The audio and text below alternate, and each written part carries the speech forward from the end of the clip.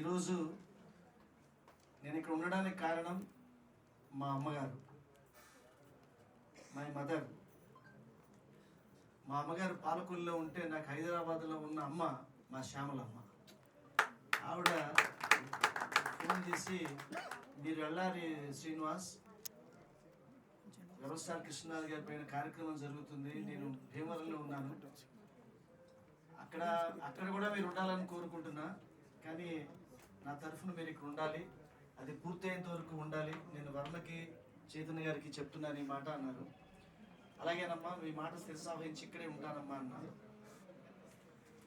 మనుషులు జీవించి ఉన్నప్పుడు చాలాసార్లు వారిని కలిస్తే బాగుండు, వారిని కలిస్తే బాగుండు, వారిని కలిస్తే బాగుండు అనుకుంటాం.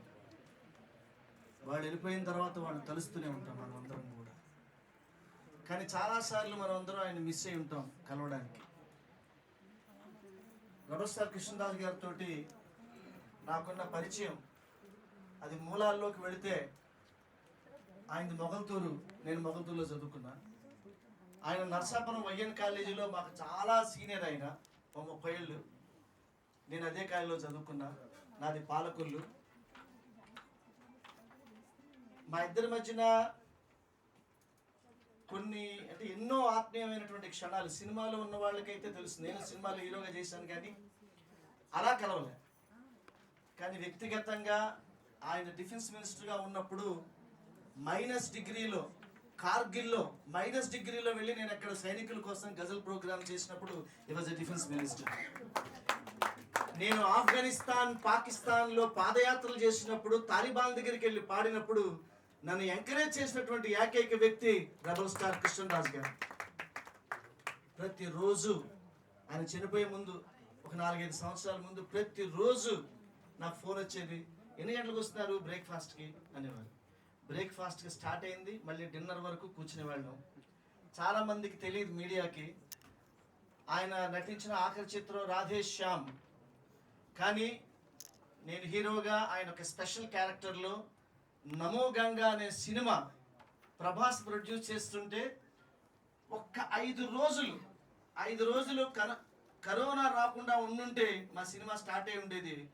అందులో నా సంగతి ఉన్నా కానీ రెబల్ స్టార్ కృష్ణరాజు గారిని ఇంతవరకు సిల్వర్ స్క్రీన్ మీద ఎవరూ చేయనటువంటి ఒక అద్భుతమైనటువంటి వేషంలో మనం అందరం చూస్తుండేవాళ్ళం. అది మనం అందరం మిస్ అయ్యాం. రెబల్ స్టార్ కృష్ణరాజు గారి గురించి అంత గౌతమ్ రాజు అందరూ చెప్పారు. ఆయన వెళితే ఆయన పురుష రూపంలో ఉన్నటువంటి అన్నపూర్ణాదేవి. మనం కుంభావ సరస్వతి అంటాం, ఆయన అన్నపూర్ణాదేవి.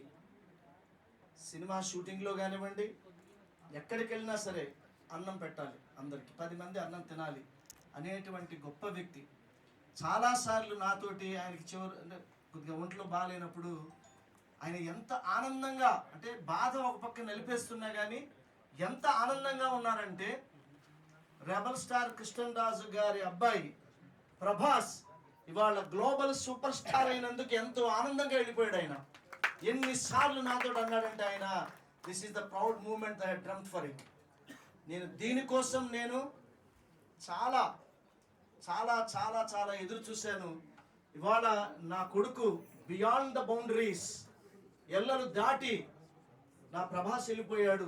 ఆయన ఎంతో ఆనందంగా చెప్పినటువంటి మాటలు నేను ఎప్పటికీ మర్చిపోను. ఇద్దరం కలిసి ట్రావెల్ చేశాం, ఎన్నోసార్లు ట్రైన్లో ట్రావెల్ చేశాం ఇద్దరం. నేను పక్క ఏసీలో, ఫస్ట్ ఏసీలో పక్క బోగిలో ఉంటే శ్రీనివాస్ గారు ఈ బోగిలో ఎక్కాడని తెలిసి, ఆయన డిఫెన్స్ మినిస్టర్గా ఉన్నప్పుడు, రూరల్ డెవలప్మెంట్ మినిస్టర్గా ఉన్నప్పుడు గజ శ్రీనివాస్ గారు ప్యూర్ వెజిటేరియన్. అందుకని మధ్యలో ఎక్కడో కైకలూరు దగ్గర ఎక్కడో పూర్తి వెజిటేరియన్ ఫుడ్ క్యారేజ్ వచ్చేది నా కోసం. మళ్ళీ అదే కూపేలో నేను, శ్యామలమ్మ గారు, ఆయన కూర్చొని భోజనం చేసేవాళ్ళు. ఇందాక చెప్పాడు కదా గౌతమ్ రాజు అన్న, అంటే వడ్డించడం అంటే పైగా తినడం కాదు, ఆయనే దగ్గరుండి వడ్డించడం. ఆయన శ్రీనివాస్ రండి అంటే నాకు మామిడికాయ పప్పు అంటే ఇష్టం, గుత్తొంకాయ కూర అంటే ఇష్టం, ఇవన్నీ దగ్గరుండి ఆయనే వడ్డించి పెట్టేవాడు. ఒకవేళ ఫిల్మ్ ఇండస్ట్రీ ఇవాళ చాలామంది దూలాల పట్టుకు వేలాడుతున్నారు, కానీ మూలాల్లో ఆ 5 గొప్ప స్టార్స్ ఉన్నారనే విషయం మనం మర్చిపోకూడదు. దాంట్లో అందరినీ, వాళ్ళ ఫిల్మ్ ఇండస్ట్రీని చిరంజీవి అన్నయ్యతో పాటు మిగతా అందరినీ కూడా గొప్పగా సమన్వయం చేసినటువంటి గొప్ప వ్యక్తి మా రెబల్ స్టార్ కృష్ణరాజు గారు. నిజంగా ఆయన కృష్ణన్ రాజే కాదు, మనసున్నటువంటి మహారాజు మా కృష్ణన్ రాజు గారు. ఆయన he has come from a royal family. ఆయన ఏదో సినిమా ఇండస్ట్రీ నుంచి ఎవరో కాదు. అక్కడికి వెళ్తే ఇప్పటికీ మొగల్తూరులో దే హ్యావ్ ఎ ఫోర్ట్. ఆ ఫోర్ట్లో రాజులాగా నివసించిన వ్యక్తి ఆయన సినిమా ఇండస్ట్రీకి వచ్చి చాలా రోజులు వెయిట్ చేసి బ్రేక్ కోసం, తర్వాత ఆయనే విలన్గా యాక్ట్ చేశారు, చాలా చేశారు. తర్వాత ఆయనే కృష్ణవేణి అయినటువంటి సినిమాలో ఆయనే ఒక నెగిటివ్ హీరో క్యారెక్టర్ని పెట్టుకుని ఆయన అద్భుతమైనటువంటి విజయం సాధించి, ఆ తర్వాత మనవూరి పాండవులు మీరు సినిమా చూసారా? Please go and watch. అంటే చాలామంది యంగ్ జనరేషన్ ఉన్నారు.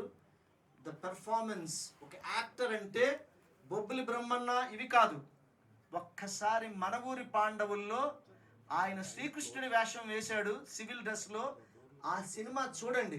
ఇప్పుడు శుభలేఖ సినిమా చూస్తే కృష్ణరాజు గారు, మన చిరంజీవి ఎట్లాగా ఒక డిక్షనరీలా ఉంటుందో, మనవూరి పాండవుల్లో ఆయన నటించిన తీరు, అంతిమ తీర్పు సినిమాలో ఆయన నటించిన తీరు నాలాంటి కళాకారులకి అది ఒక టెక్స్ట్ పుస్తకం లాంటిది. Please watch that movie Manavoori పాండవులు. అందులో చిరంజీవి గారు కూడా అందులో యాక్ట్ చేశారు, మురళీమోహన్ గారు అందరూ పాండవుల కింద. సో ఎంతో చాలా చెప్పాలి. మా శ్యామలమ్మ గారు అక్కడ భీమవరంలో ఉన్న మనసంతా మా చైతన్య దగ్గర, వర్మ దగ్గర ఉండి ఈ కార్యక్రమం ఎలా జరుగుతుందని ఆవిడకి టెన్షను. మా పద్మ గారు, మా కృష్ణరాజు గారి పిఏ, ఆవిడ అస్తమానం ఫోన్ చేస్తున్నారు ఉదయం నుంచి, వెళ్తున్నారా లేదా, మీరు వెళ్తున్నారా లేదా అని. ఇవాళ రెబల్ స్టార్ కృష్ణరాజు గారికి, ఇవాళ ఈ సంస్థ ఇచ్చినటువంటి నీరాజనానికి మనం అందరం గట్టిగా చప్పట్లు కొట్టాలి.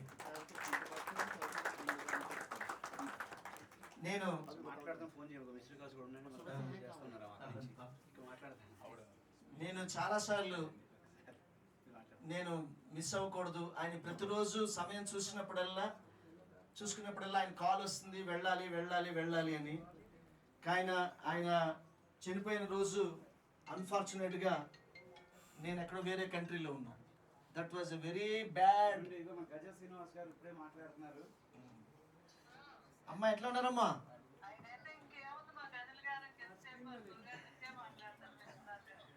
అమ్మా అందరూ మీ సందేశం కోసం ఎదురు చూస్తున్నారు. ఒక్కసారి మాట్లాడండి అమ్మా. నేను ఫోన్ పెట్టానమ్మా, స్పీకర్ ఫోన్, మాట్లాడండి అమ్మా.